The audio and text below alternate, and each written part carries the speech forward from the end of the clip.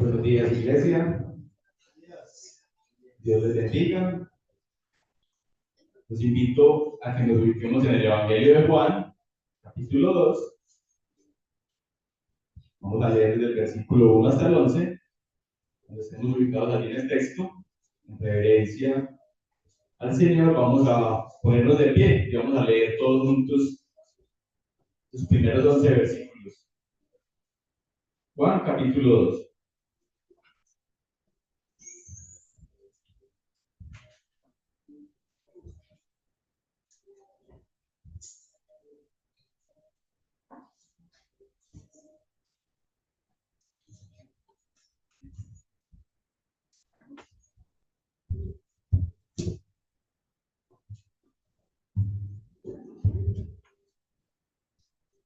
Bueno, dice la palabra de Dios. Versículo 1. Al tercer día se hicieron unas bodas en Cana de Galilea, y estaba allí la madre de Jesús, y fueron también invitados a las bodas Jesús y sus discípulos.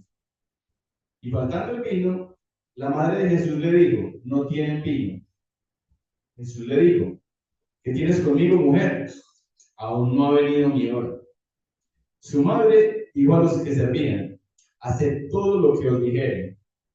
Y estaban allí 6 tinajas de piedra para agua, conforme al rito de la purificación de los judíos, en cada una de las cuales cabían 2 o 3 cántaros.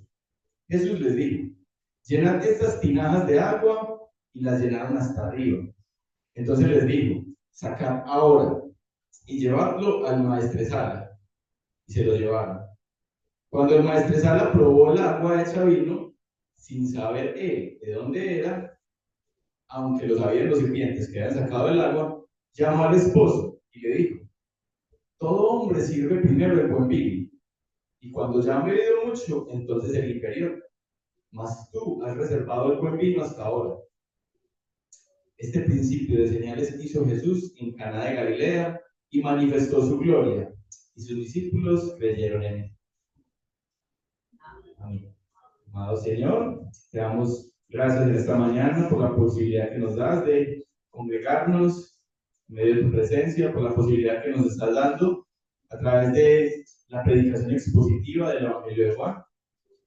Te damos gracias, Señor, por este texto. Te pedimos la asistencia del Espíritu Santo para que este siervo inútil, este pecador, pueda transmitir el mensaje que tú deseas que sea transmitido a tu iglesia.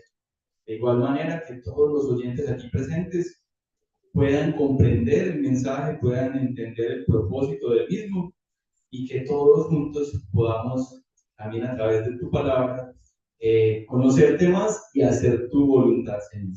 Ponemos en tus manos pues este momento, pedimos la asistencia del Espíritu Santo, que se nos permita estar concentrados, que se aleje de nosotros toda distracción, toda preocupación, y que este momento, Señor, sea para tu gloria, entendiendo y estudiando tu palabra, Dios. En el nombre de Cristo Jesús te lo pedimos.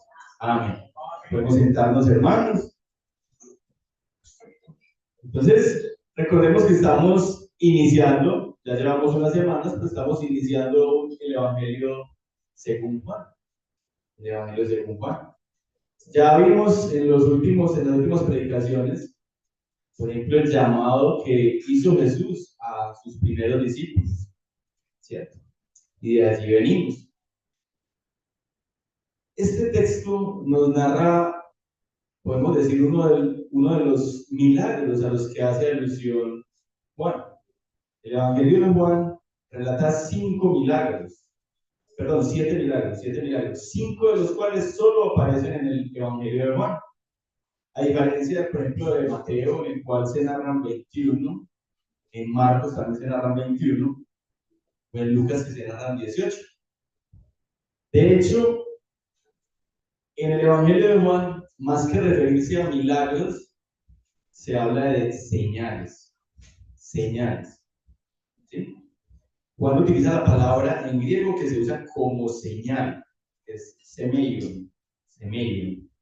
Esta palabra semeion en el original en griego aparece en el Nuevo Testamento en 74 veces.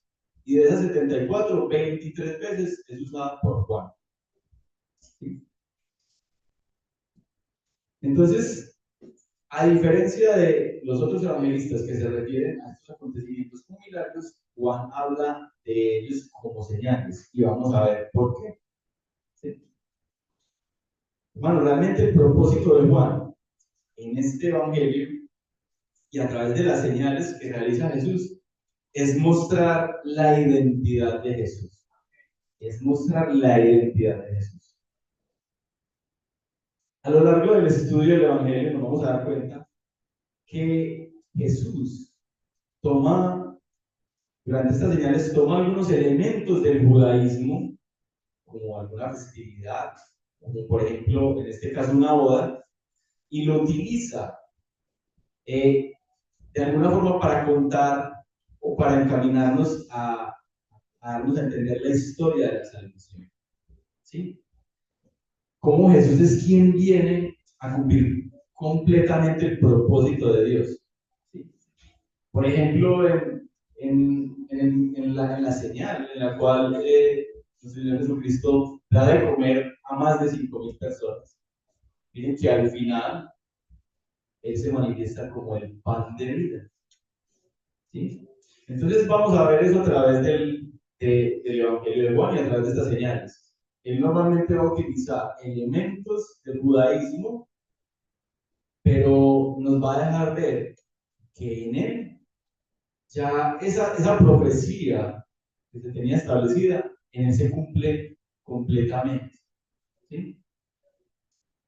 En los primeros 12 capítulos del Evangelio de Juan, pues se va a ver a Jesús revelándose a través de varios elementos de la cultura judía.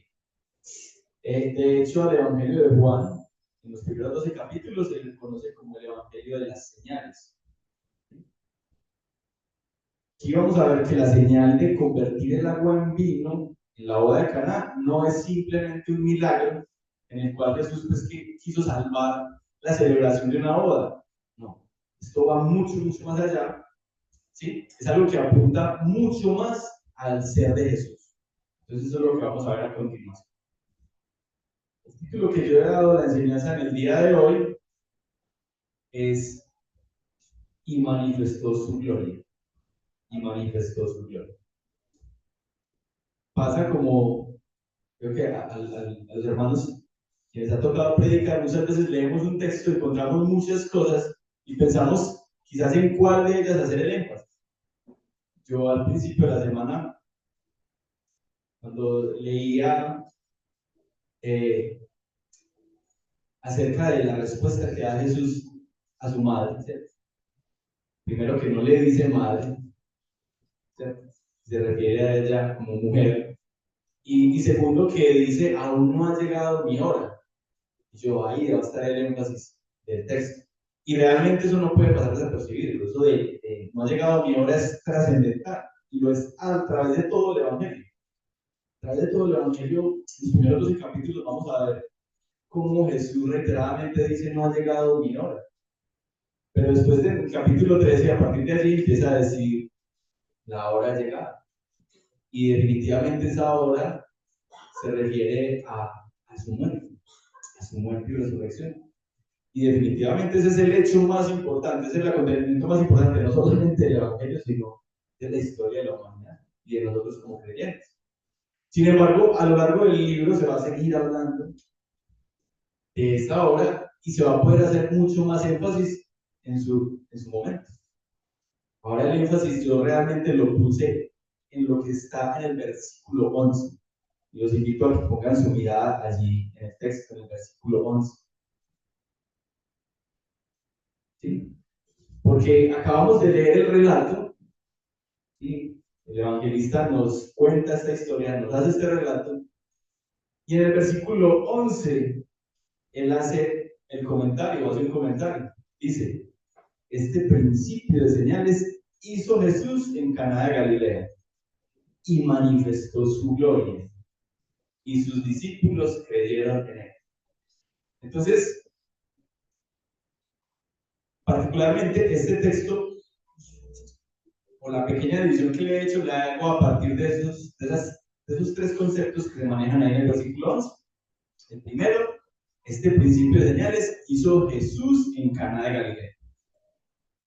Segundo, y donde está el énfasis del texto, manifestó su gloria. Manifestó su gloria. Y tercero, sus discípulos creyeron en él. Entonces, empecemos con esa primera división, y eso voy a hablar en todo este inicio. Este principio de señales hizo Jesús en Caná de Galilea. Entonces, ahí en el versículo 1 dice: al tercer día se hicieron unas bodas en Caná de Galilea. Esto del tercer día, si miramos bien el capítulo 1, en el capítulo 1, Juan viene haciendo una narración de unos acontecimientos. ¿Sí? En Juan 1, 19, 28 vemos cómo él empieza con esa narración y dice: y al día siguiente, luego para allá en Juan 1, 29 dice: al día siguiente, en Juan 1, 35 dice: al siguiente día, y ahora dice: al tercer día. Entonces, bueno, algunos comentaristas dicen: bueno, quizás también esto al tercer día puede referirse a 3 días después del llamamiento de Natanael. ¿Listo?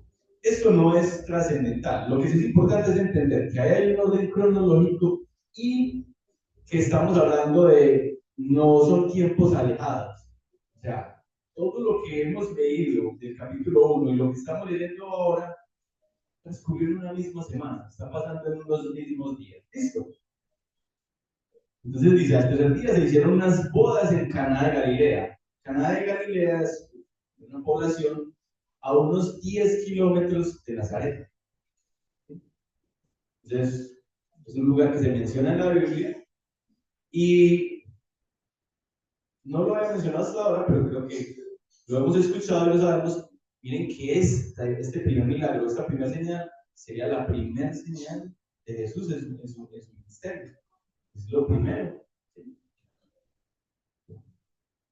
Dice: y estaba allí la madre de Jesús. Y fueron también invitados a las bodas Jesús y sus discípulos. Estaba también allí la madre de Jesús. Noten que no se menciona a José, lo que da a entender, lo que da a parecer que ya a estas alturas es José, padre putativo de Jesús, había muerto. Lo más probable había muerto.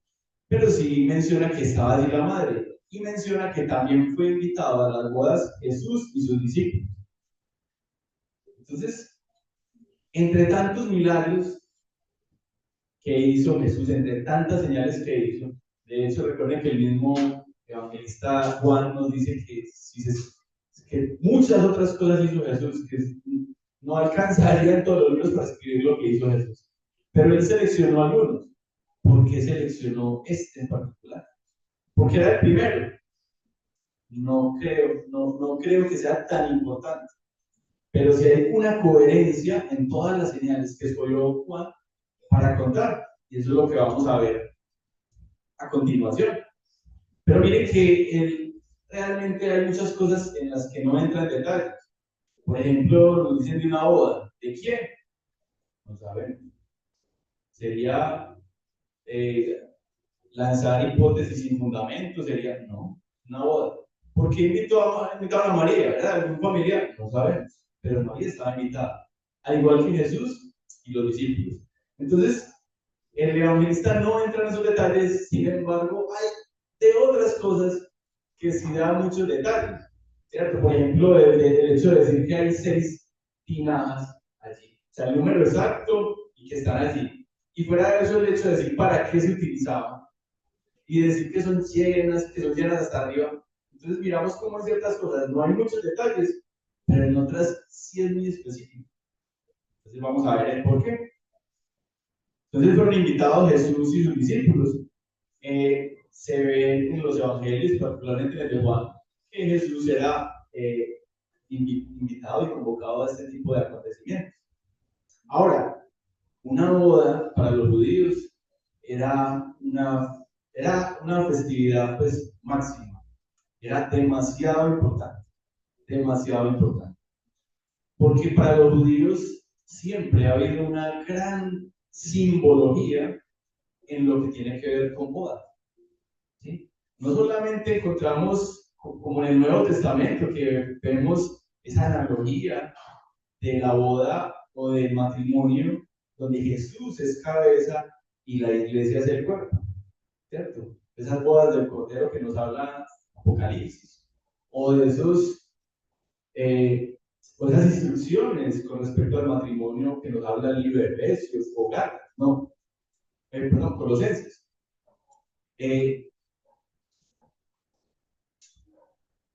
No solamente en el Nuevo Testamento, en el Antiguo Testamento, también hay varias analogías al respecto. El libro de Oseas, por ejemplo, podríamos tenerlo como una analogía en la cual la iglesia es infiel y el Señor, el esposo, es misericordioso y llama misericordia, ¿cierto? Entonces hay muchos ejemplos en la Biblia. De hecho, entonces los judíos visualizaban y veían la eternidad o ven la eternidad como, como esa celebración de una gran boda, en la cual va a abundar el vino entonces daría muestra de alegría y de celebración. ¿Cierto? Entonces, para ellos esa simbología es importante. El matrimonio judío duraba entre los esposos, la celebración y los compromisos familiares duraba todo un mes, pero la celebración pública con amigos y familiares era una fiesta de 7 días. De 7 días. ¿Cierto?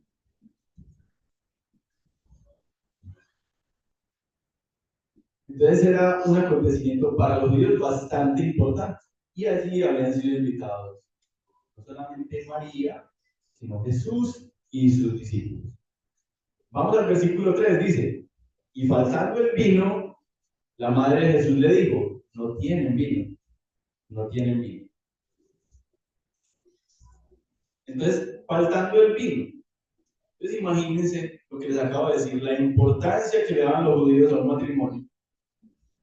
Todo tenía que estar muy bien preparado, ¿cierto? Y el hecho de que llegase a faltar el vino daría a entender que el esposo no había preparado las cosas como debía. Si no estaba en capacidad de atender a los invitados y a la familia en la boda, ¿qué se podría esperar del resto de la vida?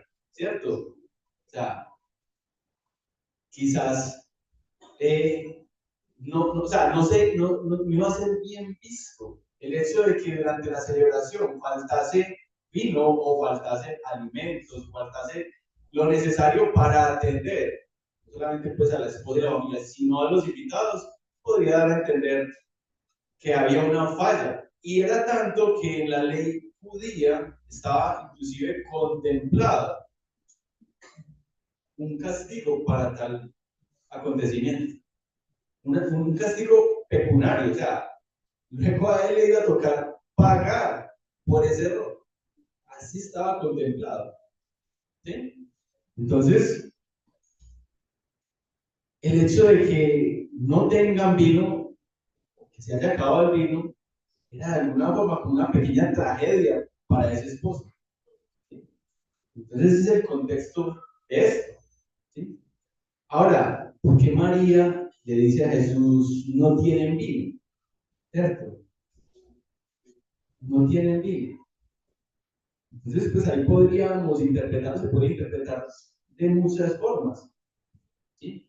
Quizás María, conociendo plenamente la identidad de Jesús, sabiendo cómo fue engendrado él en su vida, y sabiendo cómo fue anunciado, y sabiendo todo esto, pues quizás estaba presionando para que Jesús empezase a darse a conocer, ¿cierto? Y uno podría pensar, ¿y qué tiene de malo? Pues miren lo que acabó de pasar en el capítulo 1, ¿sí? Ya Jesús había sido bautizado por Juan. Y fuera de eso, en ese bautizo, a Jesús se le confirma, ¿sí? Con una señal, ¿cierto? Donde hay una voz que dice, este es mi hijo amado en quien tengo complacencia, ¿sí? Ya Jesús había sido tentado en el desierto, había soportado esto, ¿sí? Ya Juan, pero al siguiente día Juan dice, este es el Cordero de Dios, ¿sí? Este es el Cordero que quita el pecado del mundo, ¿sí? Es más, ya estaba reuniendo a sus discípulos. Entonces quizás María, pues no había nada malo, dice uno, en querer dar a conocer ya a su hijo. Pero versículo 4 dice Jesús le dijo, ¿qué tienes conmigo, mujer? Aún no ha venido mi hora. ¿Qué tienes conmigo, mujer? Otras traducciones, esta que acabamos de leer, la ley de Reina Valera, me representa, pero otras traducciones dicen, por ejemplo, Biblia de las Américas dice, Jesús le dijo, mujer, ¿qué nos interesa esto a ti y a mí? Todavía no ha llegado mi hora. ¿Sí? O la nueva versión internacional dice, mujer, ¿esto qué tiene que ver conmigo? Respondió Jesús, todavía no ha llegado mi hora. En el lenguaje actual dice, madre, no, este asunto no es nuestro. Aún no ha llegado el momento de que yo les diga quién soy. Lenguaje actual. ¿Sí? Entonces, ¿cómo así? Primero que todo, a mí pues me llamó la atención cuando leo y ¿qué tienes conmigo, mujer? Suena como si fuese un trato despectivo hacia su madre, ¿cierto? No le, pues, no le diría así, madre, mami, algo así. Tienes que ver conmigo, mujer. Pues resulta que ese término realmente no es ni despectivo ni menosprecio. Eh, Algunos comentaristas dicen que no hay una forma correcta de traducirlo a nuestro lenguaje, pero si se fuese a traducir sería como señora, pero en un buen sentido, de respeto, ¿sí? O sea, él no está menospreciando a la mamá, ni le está diciendo, no, pero sí hay un cambio, o sea, la forma en que él se refiere a ella puede manifestar como una ruptura, como si a partir de ese momento las cosas por la relación madre-hijo no es que se fuera a romper, pero quizás ya él se iba a ocupar más de los asuntos de su padre que quizás de los asuntos terrenales. Miren, son proposiciones, pero miren, si el padre de Jesús, José, murió, no sabemos hace cuántos años, es muy probable que Jesús en sus primeros años de vida y de su juventud y de su adultez se haya tenido que ocupar, no solamente de él y de su madre, la Biblia nos habla de sus hermanos, y si Jesús es el primogénito, pues no tiene hermanos mayores, ¿cierto? Si no tiene David, pues cuando lo consiguió mucho menos. Entonces es muy posible que Jesús se haya tenido que ocupar durante esos primeros años de muchos asuntos terrenales que tienen que ver con su familia. Pero ya en el ministerio vemos como Jesús no se tiene que ocupar solamente de él, se tiene que ocupar de los asuntos de su padre, de los asuntos de toda la humanidad, ¿cierto? Entonces, mujer, tan lejos de ser, dice aquí un comentarista del apellido Berkeley, dice, tan lejos de ser un tratamiento duro y descortés, era un título de respeto.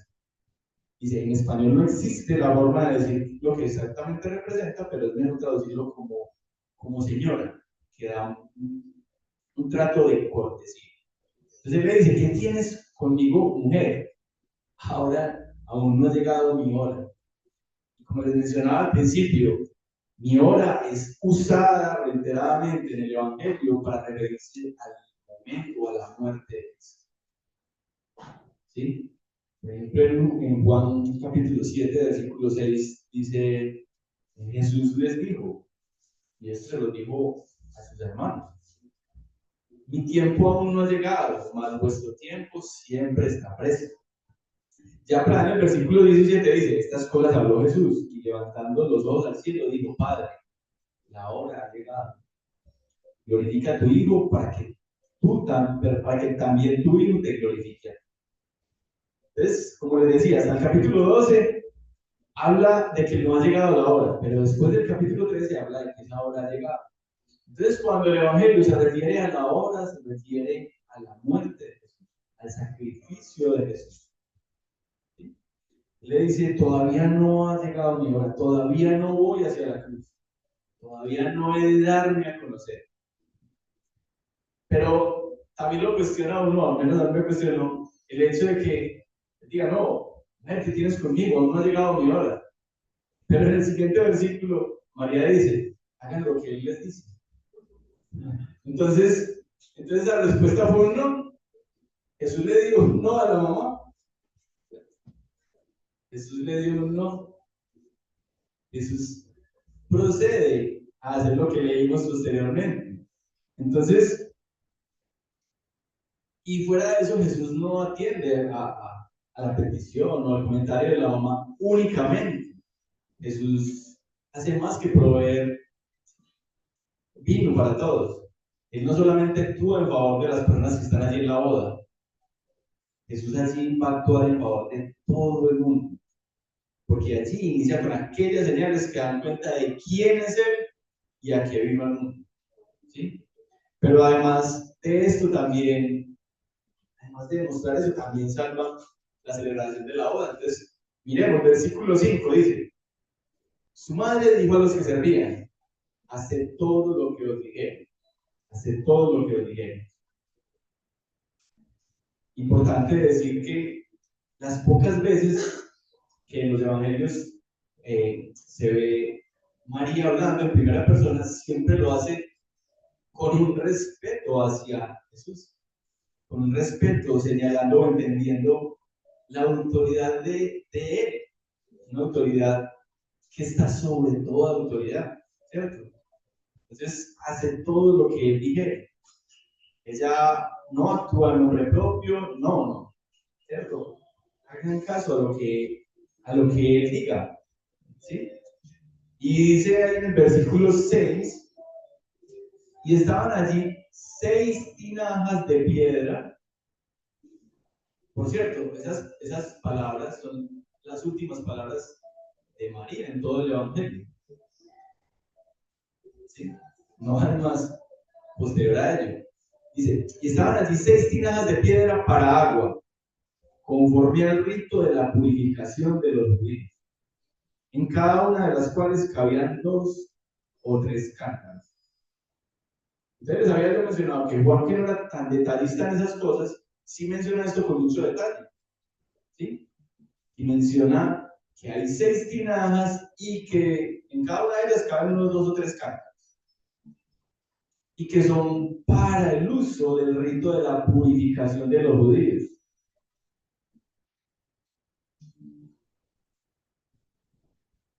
Haciendo cuentas, si a cada tinaja le caben 2 o 3 cántaros, un cántaro se puede suponer, se puede hacer más o menos la conversión, le caben mínimo 16, 18 litros, mínimo. ¿Sí? Entonces, en cada tinaja podemos estar hablando de que había entre 40, 50, quizás hasta más litros. O sea que este acontecimiento, esta señal que va a suceder, esta señal, unos 300 litros de agua van a ser convertidos por Jesús en vino. O sea, una cantidad bastante cuantiosa. ¿Sí? Bastante cuantiosa.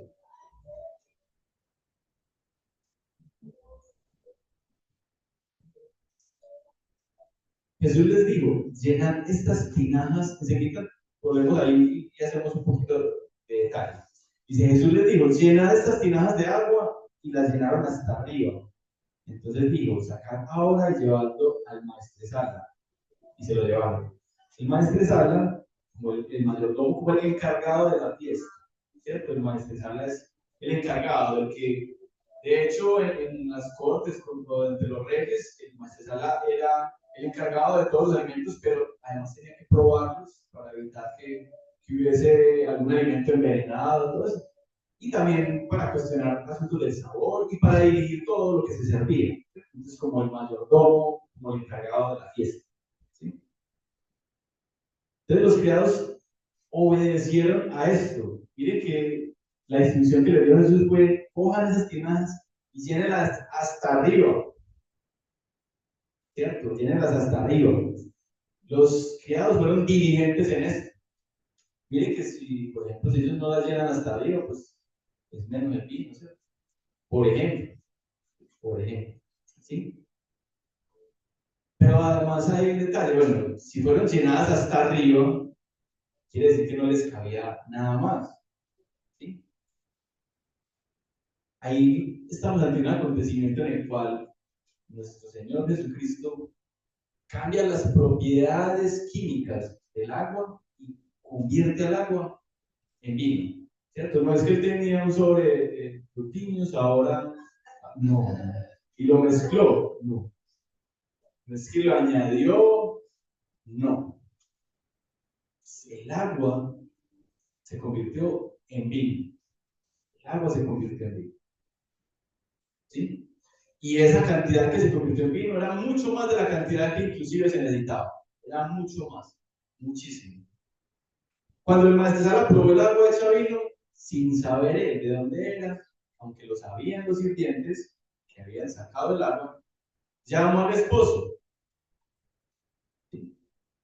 No sabemos cómo fue pues, exactamente el milagro, no sabemos si fue en el momento en que ellos echaron el agua, lo más probable es que fue ahí estando en las tinajas, o quizás era cuando se servía, que el agua se iba a convertir en vino, no lo sabemos, pero sabemos con certeza que eso se convirtió en vino, y en vino de muy buena calidad, por el comentario que hace el maestresala, ¿cierto? Recuerden, era una fiesta de 7 días, si usted tiene vino, usted lo primero que hace es destapar el buen vino, ¿cierto? Y dárselo a sus invitados. Ya en la medida que van pasando los días, pues quizás el gusto o la lengua se va acostumbrando al sabor, pero también se van consumiendo los recursos. Si yo tengo vinos de diferentes calidades, pues ya empiezo a sacar el que me queda, el más sencillo, ¿cierto? Sin embargo, el maestro dice, no, es que todo el mundo hace lo contrario, todo el mundo da primero el buen vino y después, pero este vino es mejor, este vino es mejor, se hace al contrario. Entonces, Jesús transformó el agua en vino y un vino de muy buena calidad, ¿cierto? No, y no pensemos ni en todo el proceso que debe tener el vino, ¿cierto? Las uvas, la fermentación, todo eso. El Señor de una manera inmediata transformó el agua en vino. Él es el único que puede hacer eso. Y quizás este milagro no lo pueda considerar pequeño comparado con otros. Es que es volver agua en vino comparado con resucitar a una persona. Podría decir alguien, o pues, Moisés con el poder que le dio Dios abrió el océano en dos. Más que eso, Moisés. No. Pues va, o sea, ojo, Moisés con el poder y la autoridad de Dios. De hecho, cuando están en el libro de Éxodo, cuando están en el capítulo 33, cuando están en el desierto, llegan a un lugar y el agua es amarga. Y Dios le da la instrucción a Moisés, venga, coja ese árbol, toque aquí, el agua se le quita lo amargo y la bebe. ¿Cierto? O, ¿quién es Eliseo? No recuerdo, pero también sucede con alguno de los profetas de pues con Elías, y también él vierte sal para purificar el agua, para hacerla. Pero entonces miren que hay una intervención, o sea, ellos actúan porque Dios les da el poder y actúan en nombre de Dios con la autoridad que Él les da y tienen una mediación por algo, ¿cierto? Jesús, que es Dios mismo, y como lo vemos en la Biblia, no tiene ni que tocar, ni que echar, ni que decir, ¿cierto? Como dice el soldado, el centurión, Señor, es que sabiendo yo quién eres tú, pues una palabra tuya basta para eso. Con que solo Dios lo desee, se va a cumplir. Y Jesús es Dios, y Jesús tiene esa autoridad. Y ese que tiene la autoridad y la capacidad de cambiar las propiedades químicas, las propiedades físicas de las cosas, ese Dios tiene la capacidad de cambiar nuestro corazón, ese corazón de piedra, y convertirlo en carne, el corazón de carne. Ese es el único que tiene la capacidad de tomarnos a nosotros, viles pecadores, que no merecemos más que la condenación eterna, y hacernos salvos. Solamente Él tiene ese poder, tiene esa capacidad. Nosotros mismos no lo podemos hacer. Y eso es lo que venimos y lo que se predica en esta iglesia cada 8 días, cada 15 días. ¿Cierto? Entonces, eso fue lo que sucedió allí. Entonces, ese que puede hacer cualquier cosa, ese fue el que en ese momento convirtió el agua en vino. Para el poder de Él no hay límites. No hay límites. Versículo 2 dice, y le dijo, todo hombre sirve primero el buen vino, y cuando ya ha bebido mucho, entonces el inferior. Mas tú has reservado el buen vino hasta ahora. Entonces, esa agua convertida, ese vino, que era agua que nuestro Señor convirtió, fue un muy buen vino, mucho mejor que el primero, y allí está.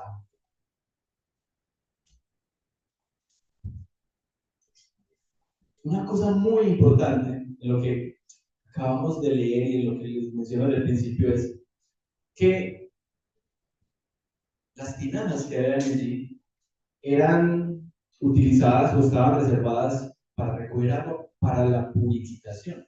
¿Sí? Entonces recuerden que los judíos se lavaban, se bañaban para presentarse ante el sumo sacerdote. ¿Cierto? Esto era un rito, finalmente se volvió así, se volvió un rito y en algo reiterativo. Y ellos, cuando se estaban limpiando realmente, ¿qué hacían? Pues limpiaban su cuerpo, limpiaban lo exterior. Limpiaban lo exterior. Después de Jesús, para quienes han creído en Él, ¿qué sucede? Que el verdadero creyente no se debe ocupar ni preocupar tanto de limpiar su exterior, sino de limpiar su interior, su corazón. ¿Sí? Y ese agua, esas tinajas representaban esa purificación externa de los judíos. Y el vino, que podemos hacer comparaciones con muchas cosas, podría representar esa sangre de Cristo que ha lavado nuestro pecado. ¿Sí? Que ha lavado nuestro pecado. Entonces, quizás el por qué Juan tomó esta señal puede radicar más allí, en que es una señal, pero no simplemente es un milagro o sea, esto no se trata de, a ver, el aprendizaje que vamos a tener de este tema es cómo es una boda para los judíos, o cómo debe ser una boda, no, o el aprendizaje es no, vamos a ver qué dice Dios, a que Dios sí aprueba el uso del vino. Miren, en una fiesta, 300 litros de vino, entonces, imagínense, si eso lo hace Jesús, entonces, nosotros estamos en la olla, pues, somos igualitos de vez en cuando, ¿de tomar cuánto vino? No. Ojo, y no quiero que se haya malinterpretar esto. El texto no habla de eso, no habla de la aceptación, de que sea bueno consumir vino o no. Hay otros pasajes que hablan de él y lo dan a entender. Y en ninguno se critica el vino, pero en varios de ellos Jesús amonesta o Dios amonesta al que se embriaga o al que pierde, ¿cierto? Los destinos a causa de él. ¿Sí? Por acá también en un texto, Pablo le dice a Timoteo, no, Timoteo, por causa de tus problemas estomacales, no tome agua, no tome vino. Pero entonces, ¿por qué? Pues entiendan que en ese entonces, podría ser, para problemas estomacales, podría ser más sano consumir el vino que tiene todo un proceso de fermentación, que se ha cuidado, que tomar agua, que en ese entonces no podía ser purificada. Pues si usted la tomaba de una fuente, de un río, donde fuera, la ría, quizás, y ya. Entonces, ojo, este texto no habla de la aprobación o no del uso del vino, no habla acerca del matrimonio. Ay, sí, en el matrimonio hay que invitar a Jesús. No me invita a Jesús. Y no estoy queriendo decir que no haya que invitar a Jesús a una boda. Si en un matrimonio cristiano no está Jesús, pues entonces ¿de qué estamos hablando? No es un matrimonio cristiano. Y Jesús tiene que estar en la boda, pero en todo. Pero no se trata de esto. Hay, como les digo, hay textos que sí hablan acerca del matrimonio. Pero aquí el énfasis es, ¿quién es Jesús? Jesús es aquel que puede transformar, que puede convertir el agua en vino. Es aquel que puede pasar de ese lavamiento exterior, de esos rudimentos, de esas rutinas, de esos ritos del pasado, a algo nuevo. ¿Sí? ¿Qué sentido tiene lavarse exteriormente? ¿Sí? Recuerden cuando los discípulos comían y les decían, pero ellos no se lavan las manos. No, es que nada de afuera contamina al hombre. ¿Sí? Es adentro donde está el problema. Y el único que puede actuar adentro de nosotros es Cristo. Es el único que puede transformar nuestro corazón. En nuestro corazón nace todo lo malo. Quien asesina, primero asesina en su corazón y lo maquina en su corazón para llevarlo a cabo. Quien adultera también. Sí, de hecho, solo con pensar en estar con una persona diferente a su esposo, dice la palabra que ya adulteró con ella en su corazón. Entonces, en el corazón es donde está el problema del hombre, es donde radica el problema del hombre. Y el único que puede atender y curar el corazón del hombre es Cristo Jesús. Entonces, de eso es de lo que nos está hablando el texto. Y esta primera señal nos muestra eso. ¿Sí? Las señales de las que habla el texto del Evangelio. Entonces, está esta primera, por allá hay una sanación del noble en el capítulo 4. Está la sanación en el estanque de Bethesda, capítulo 5. La alimentación de los 5,000, capítulo 6. Jesús camina sobre el agua. La sanación del hombre ciego del nacimiento. Y la resurrección de Lázaro. Esas señales, ¿sí? Que miren que el versículo 11 nos habla de estas señales, este principio de señales. Este principio de señales, esta es la primera señal. ¿Y cuál es el propósito de esas señales? ¿Sí? Es la primera de 7 señales presentadas en el Evangelio, cada una diseñada a atraer al lector la fe en Jesucristo. Entonces, ¿cuál es el propósito? Los invito a que vayamos ahí mismo al Evangelio de Juan, capítulo 20. Y ya esto lo habíamos mencionado, pero volvámoslo a decir. Juan, capítulo 20, versículo 30.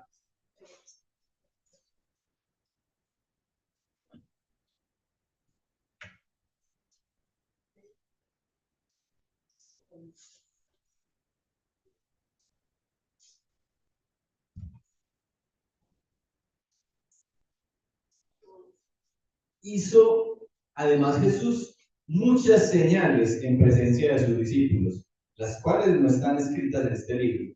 Pero estas se han escrito para que creáis que Jesús es el Cristo y el Hijo de Dios, y para que creyendo tengáis vida en su nombre. Para esto fueron escritas estas señales en este evangelio, para que creáis que Jesús es el Hijo de Dios. Para que creáis que Jesús es el Hijo de Dios. Bueno, ahí culmina esa primera división. Tranquilos que las otras obviamente las voy a abordar en mucho menos tiempo, pero el énfasis está en lo que voy a mencionar enseguida. Y es, manifestó su gloria. Manifestó su gloria. Entonces, la gloria en el mundo antiguo significaba, sí, autoridad, poder, dominio, grandeza, reputación. ¿sí? Normalmente la gloria en la antigüedad era visible por la ropa, las joyas, ¿sí? Los anillos que podía tener alguien, por ejemplo, un noble o un rey, ¿sí? Cuando se habla de la gloria de Dios, se hace alusión al esplendor visible de Dios. Nuevamente, en el libro de Éxodo, y los invito a que vayamos al capítulo 33. En el libro de Éxodo, que es el libro que se está estudiando los miércoles, porque los hermanos están estudiando en el capítulo 21. En Éxodo capítulo 33, versículo 17, dice, y Jehová dijo a Moisés, todo esto, perdón, y Jehová dijo a Moisés, también haré esto que has dicho, por cuanto has hallado gracia en mis ojos, y te he conocido por tu nombre. Versículo 18. Entonces, él entonces dijo, o sea, Moisés le dice a Dios, te ruego que me muestres tu gloria. Y le respondió, yo haré pasar todo mi bien delante de tu rostro y proclamaré el nombre de Jehová delante de ti. Y tendré misericordia del que tendré misericordia. Y seré clemente con el que seré clemente. Digo, mas no podrás ver mi rostro porque no me verá hombre y vivirá. Y dijo Jehová, he aquí un lugar junto a mí y tú estarás sobre la peña. Y cuando pase mi gloria, yo te pondré en una hendidura de la peña y te cubriré con mi mano hasta que haya pasado. Después de esto apartaré mi mano y verás mis espaldas, mas no se verá mi rostro. La gloria de Dios es su carácter. Y el carácter de Dios es un carácter bueno, misericordioso, justo, justo. En Ezequiel, en el libro de Ezequiel, creo que es capítulo 10, se menciona que la gloria de Dios abandona el templo. Entonces, los judíos, recordemos todo el contexto, cómo fue ordenado la construcción del templo y cómo en el templo encontramos en el Antiguo Testamento que habitaba la gloria de Dios. Y ante ella no podía presentarse, ¿cierto?, ningún ser humano. Había un lugar apartado en el cual el sumo sacerdote podía entrar previo todo el rito de la purificación que tenía que hacer consigo mismo. Recordemos que él, inclusive si entraba en pecado allí, inmediatamente moría. Por ello, entraba amarrado de sus pies y con un vestido, con unas campanillas que sonaban. O sea que si él había entrado en pecado delante de Dios, moría allí, se dejaba de escuchar el movimiento de su vestido y lo sacaba. ¿Sí? Entonces, el pensamiento de los judíos es ese y era ese. Allí está la gloria de Dios. ¿Sí? Y allí iban a alabar la gloria de Dios y allí estaba la presencia de Dios. El templo era muy importante para los judíos. Para nosotros es muy importante el templo físico. ¿Tiene alguna diferencia en que nos reunamos hoy aquí o que dentro de este nos reunamos en la casa de uno de los hermanos a hacer exactamente lo mismo que vamos a hacer hoy? Dios habita es aquí en este templo y no donde estén dos o tres reunidos en mi nombre, allí estaré. En Cristo Jesús, el templo pasa a ser un segundo plano. ¿Sí? Los judíos no podían contemplar la gloria de Dios, les era puesto un velo. ¿Sí? Por ejemplo, en el libro de Éxodo, ¿cierto? Nos mostraban cómo Dios estaba con ellos, ¿cierto? Pero era tapado por o estaba siempre tras de una nube, ¿cierto? Era, que oficiaba como ese velo. ¿Sí?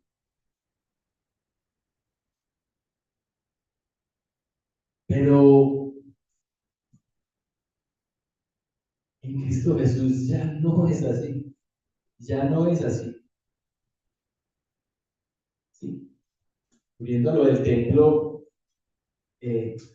Los judíos aún esperan eso y esperan que el templo sea reconstruido y que Dios habite allí y nuevamente hacer sacrificios y todo esto. Nosotros entendemos que en Cristo Jesús ya todo ello pasó. Todo eso era previo a lo que habría de suceder con Cristo Jesús. Ya no hay que hacer más sacrificios, el sacrificio se hizo una vez para siempre. Sí, el mismo Jesús es el sacerdote, es el sacrificio. Sí, Jesús es el rey. Ya en Jesús se cumple todo esto. Pero con respecto a la gloria, vayan por favor al capítulo 1 de Juan. El capítulo 1 de Juan, versículo 14.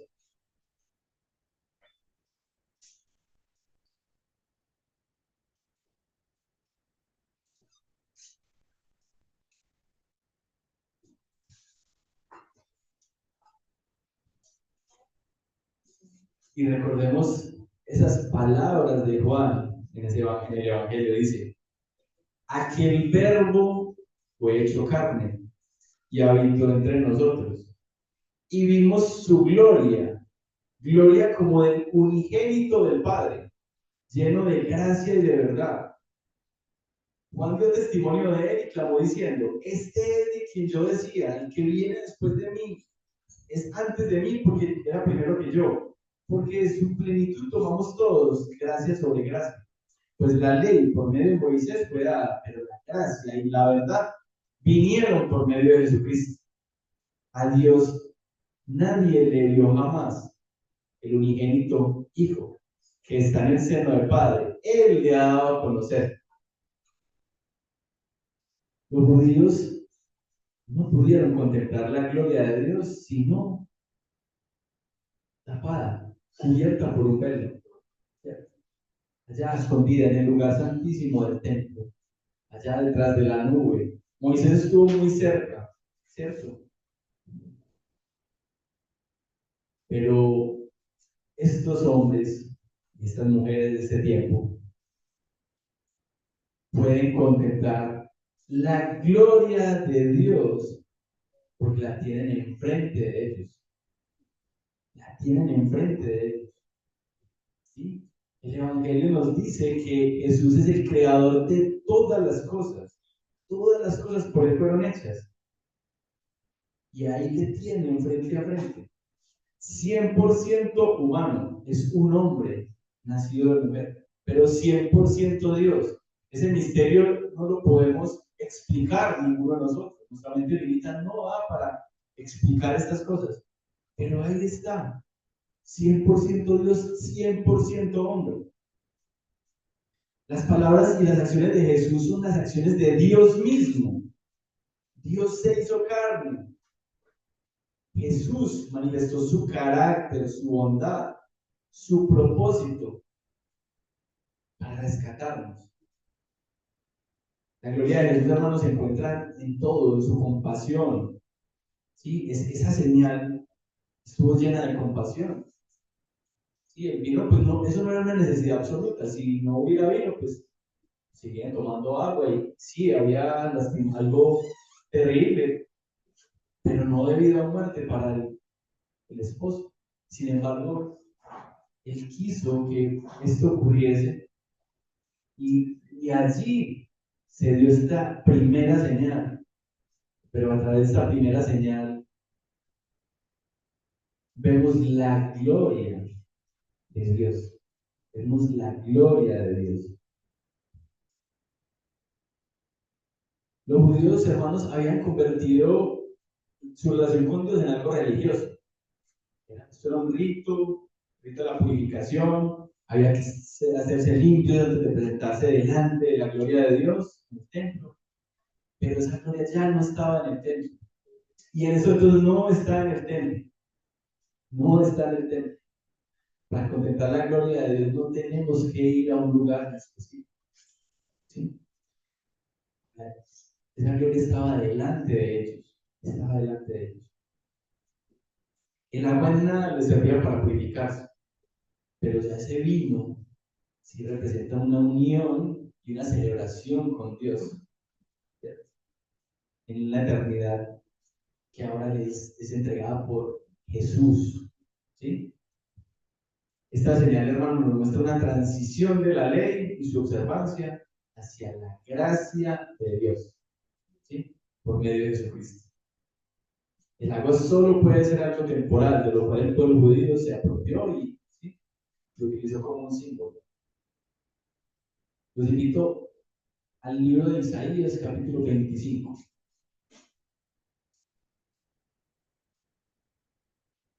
Para cerrar esta parte de la gloria. Isaías, capítulo 25, versículo 6. Se preguntará por qué otro texto del Antiguo Testamento. Dice, y Jehová de los ejércitos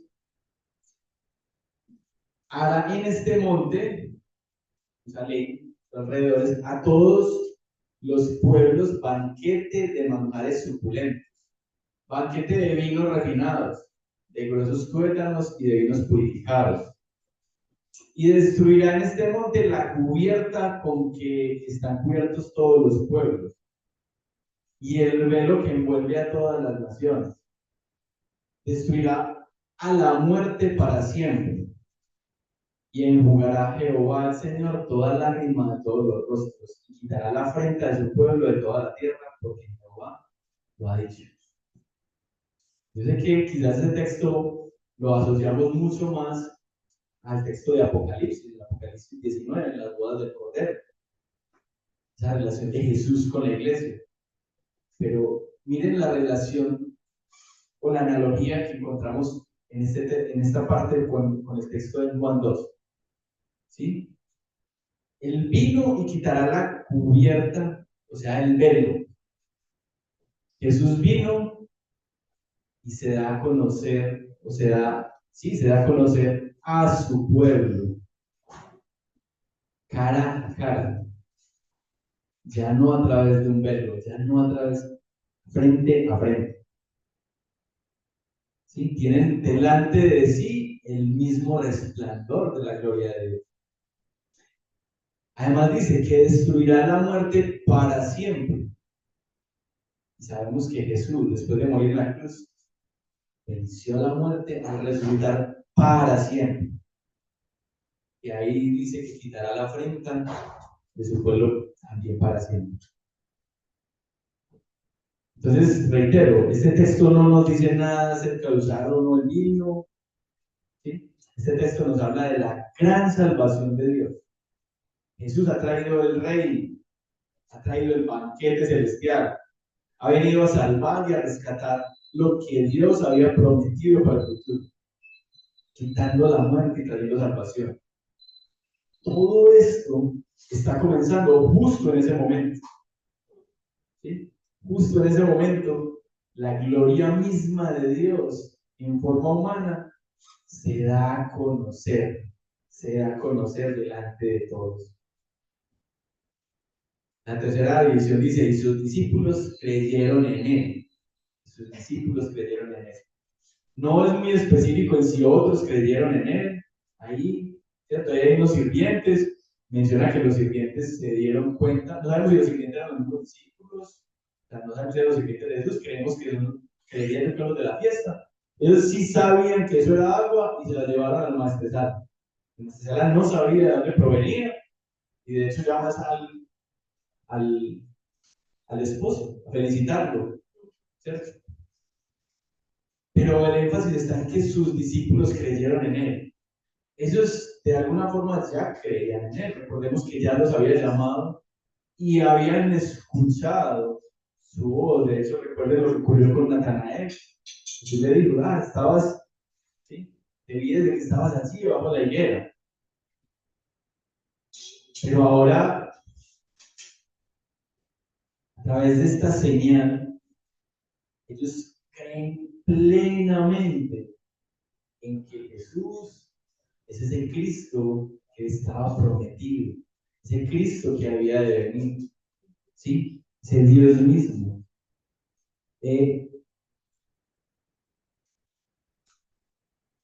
entendamos los propósitos de las señales o de los milagros de Dios. ¿Sí? En ese entonces Jesús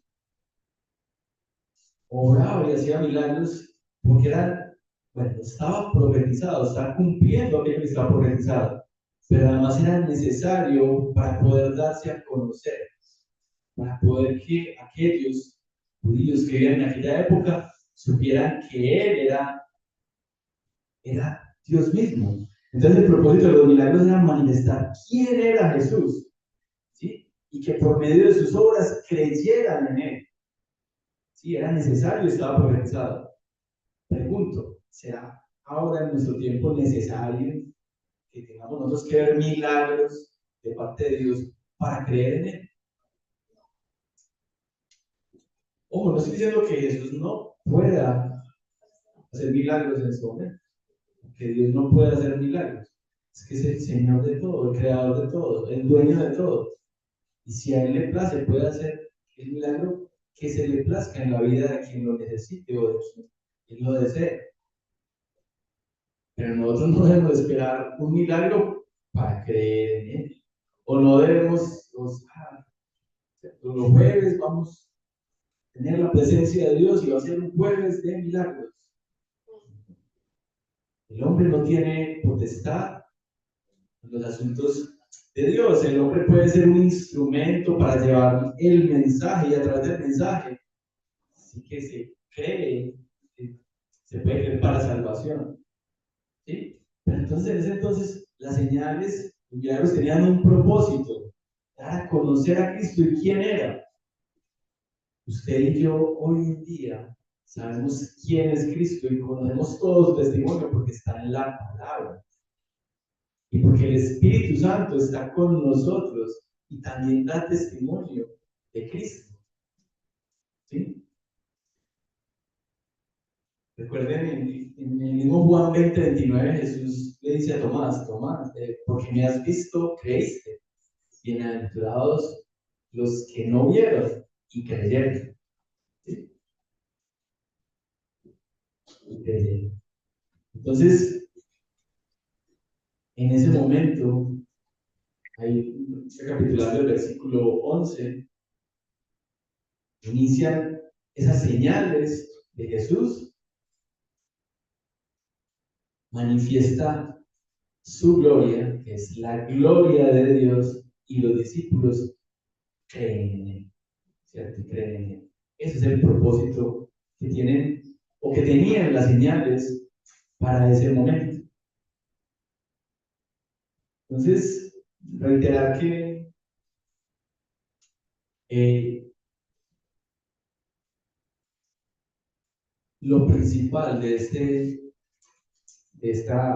historia, de este relato, es la obra y la esencia de lo que es Jesús. ¿A qué vino Jesús al mundo? Ya no hace falta ritos, ya no hace falta todos los elementos que se practicaban en la religión judía. Ahora ha llegado un nuevo pacto, ahora ha llegado Cristo Jesús, en el cual el énfasis no está en el cumplimiento de la ley, que es imposible para cualquier ser humano, sino en la gracia que nos ha sido dada a través de Jesucristo. Ese es el énfasis, como les decía, no tiene que ver con el vino, no tiene que ver con el matrimonio, que puedan haber aplicaciones para él. El énfasis es que esas señales, empezando por esta, muestran una transición de un antiguo pacto a un nuevo pacto, a un nuevo pacto, que se cumple en Cristo Jesús. ¿Sí? Y en este momento, la gloria de Dios, que ha sido cubierta siempre por un velo, y de la cual el hombre hasta ahora solo podía ver destellos, ahora puede verla cara a cara, cara a cara en la persona de Jesús. Amén. ¿Qué aplicaciones o algunas aplicaciones que podemos mencionar? Dios, hasta en las acciones más cotidianas, como pues, una boda era algo común, ¿cierto? puede mostrar su gloria y nos muestra su gloria. Y Él quiere revelarse a nosotros, y esto lo conseguimos si hacemos lo que hicieron los discípulos: creer en Él, confiar en Él, lo que hicieron los sirvientes, obedecerle a Él, ¿cierto? Lo que manifestaba su madre, hacer lo que Él diga, ¿sí? Entonces, en las acciones cotidianas podemos contar con la presencia de Cristo haciendo esto. Podemos estar muy cerca, hermanos, de Jesús y perdernos muchas cosas de Él. En la fiesta había muchas personas cercanas, ¿cierto? ¿Cuántos creyeron en Él? No lo sabemos. Algunos, ¿cierto? Otros no. ¿Por qué? Porque nosotros muchas veces hacemos de la fe un rito, un acto de religiosidad, y no es esto, ¿cierto?